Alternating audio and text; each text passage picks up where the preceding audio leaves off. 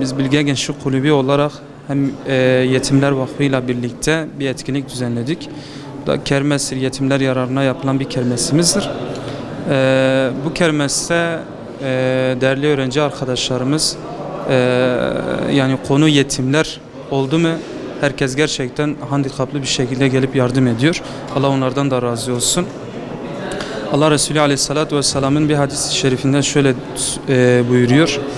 Her kim sırf Allah rızası için bir yetimin başını okşarsa dokunduğu her saç teli için ona sevap vardır buyuruyor.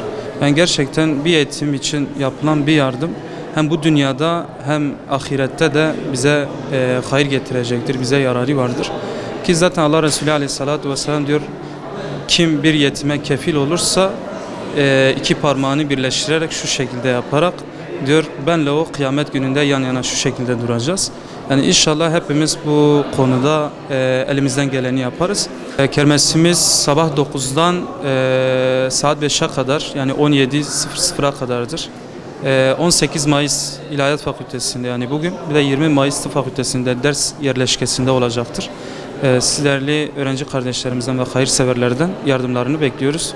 Allah şimdiden yapacağınız hayırları kabul etsin inşallah.